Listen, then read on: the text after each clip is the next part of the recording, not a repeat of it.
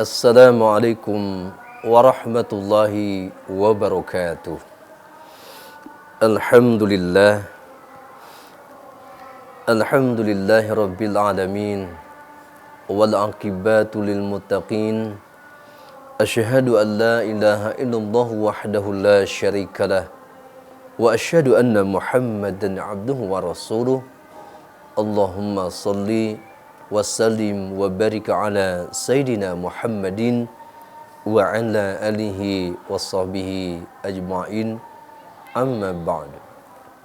Faqad qala Allah Ta'ala fil Qur'anil Karim. A'udzu billahi minasy syaithanir rajim. Bismillahirrahmanirrahim. Ya ayyuhan nasu qad ja'akum burhanun mir rabbikum. قد جاءكم برهان من ربكم وأنزلنا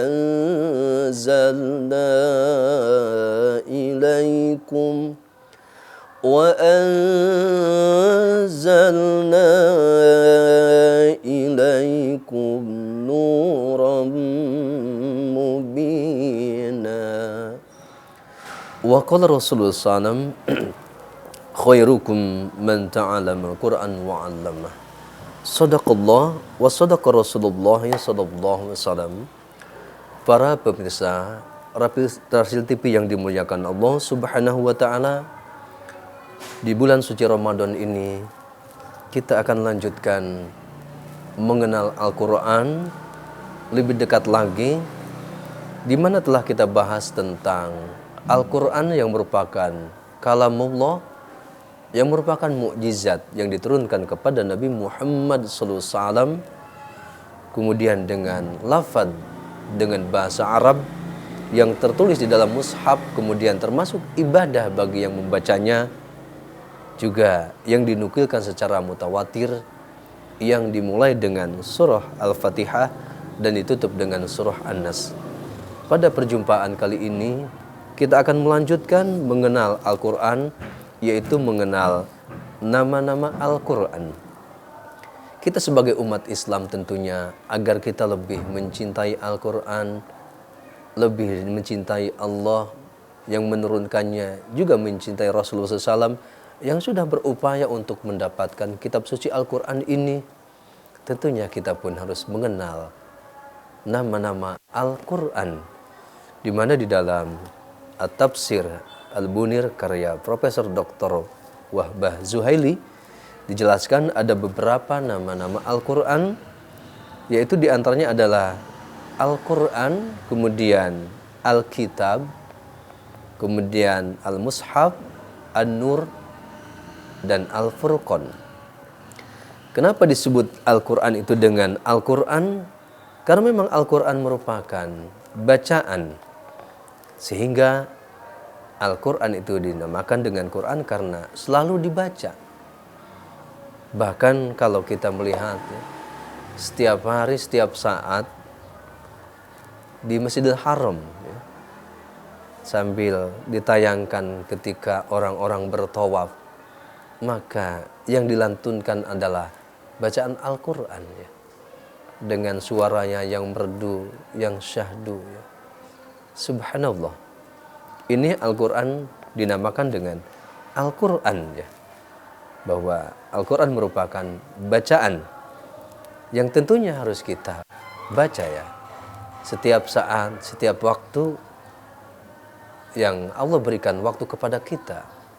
Oleh sebab itu tentunya kita sebagai umat Islam, sebagai muslim, di samping kita menjalankan ibadah-ibadah yang wajib termasuk sholat 5 waktu, juga berikut sholat-sholat sunnahnya, maka Al-Quran ini kita pun berupaya untuk memperbanyak membacanya. Kemudian Al-Quran disebut dengan kitab, dengan Alkitab, karena memang Al-Quran itu dibukukan di dalam sebuah kitab, yaitu ditulis secara resmi di dalam sebuah mushaf, di mana kita ketahui bahwa perjalanan pembukuan Al-Quran ini merupakan sebuah perjuangan yang sangat panjang. Kita melihat di dalam sejarah bahwa Al-Quran ketika awal diturunkan, maka setiap turun ayat Quran, Rasulullah SAW memerintahkan kepada para sahabatnya untuk menuliskan Al-Quran.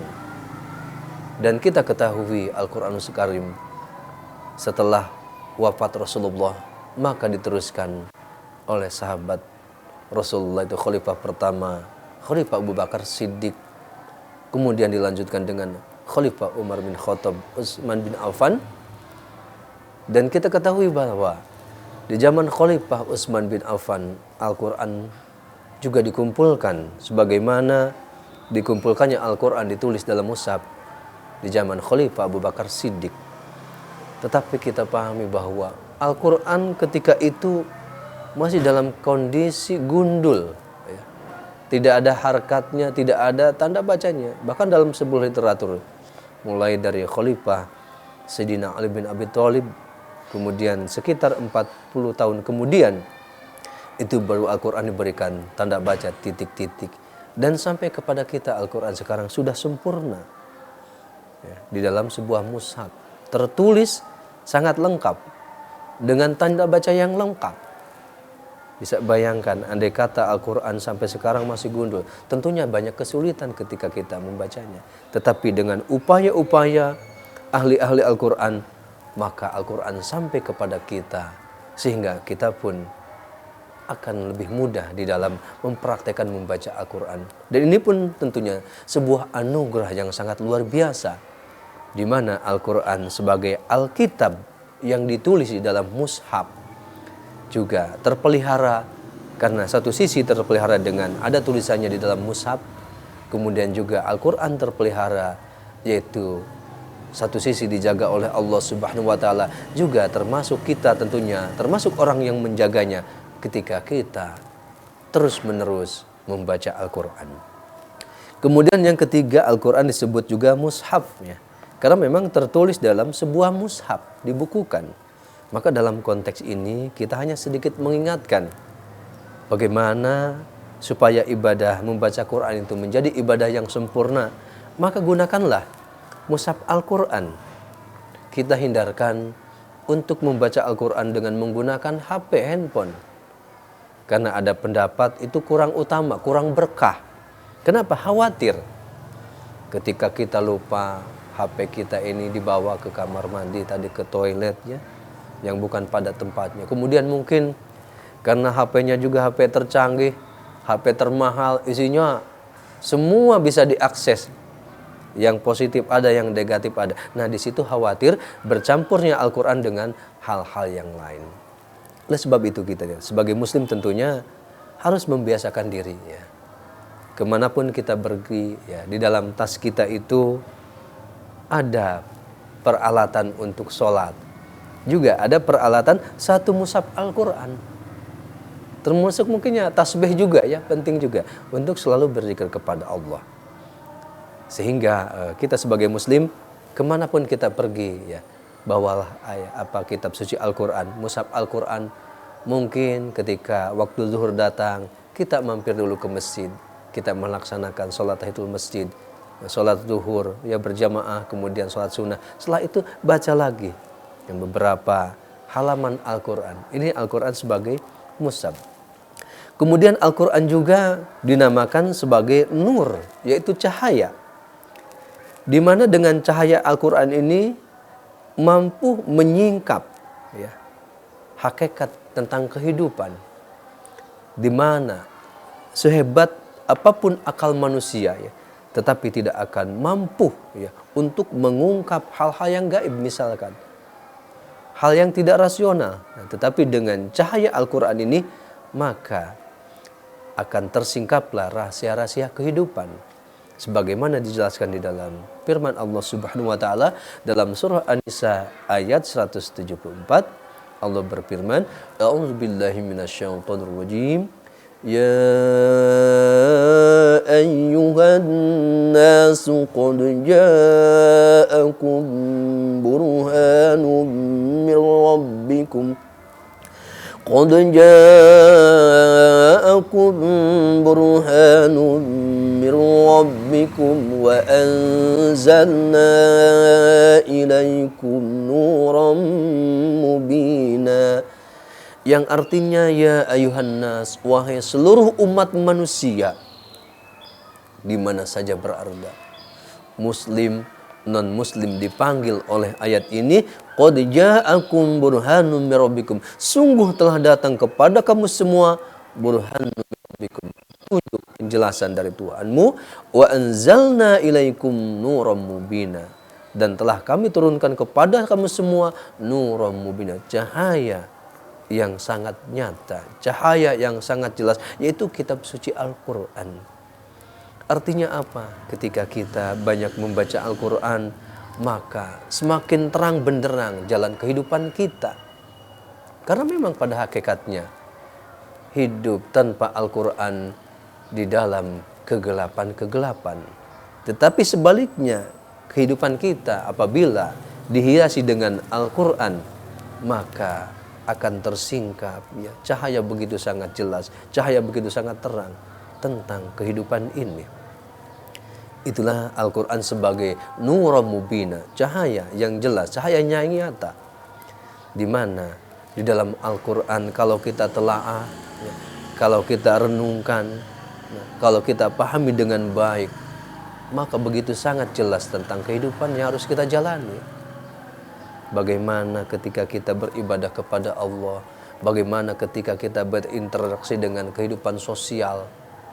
Ini adalah satu bentuk Al-Quran sebagai cahaya bagi kehidupan kita. Sebagaimana jelaskan dalam firman Subhanahu wa ta'ala yang memberikan informasi kepada kita sekaligus menyuruh kepada kita.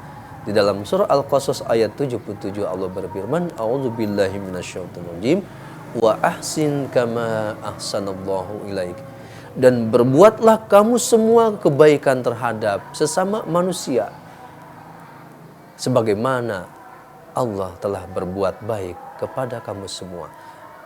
Jadi dalam konteks ini Al-Quran sebagai cahaya petunjuk kehidupan kita yang menerangi jalan kehidupan kita, maka berbuatlah kebaikan terhadap sesama manusia, tetapi yang dilihat adalah kebaikan-kebaikan Allah yang diberikan kepada kita. Kemudian yang terakhir Al-Quran sebagai Al-Furqan, yaitu pembeda antara yang hak dengan yang batil, pembeda antara yang iman dan kafir, kemudian pembeda antara yang baik dan buruk. Inilah beberapa nama surah Al-Quran, tentunya kita pahami dengan baik, sehingga kita dengan mengenal nama-nama Al-Quran ini, kita pun akan lebih banyak mendapatkan manfaat daripada kehadiran Al-Quran ini, khususnya menjadikan cahaya dalam kehidupan kita.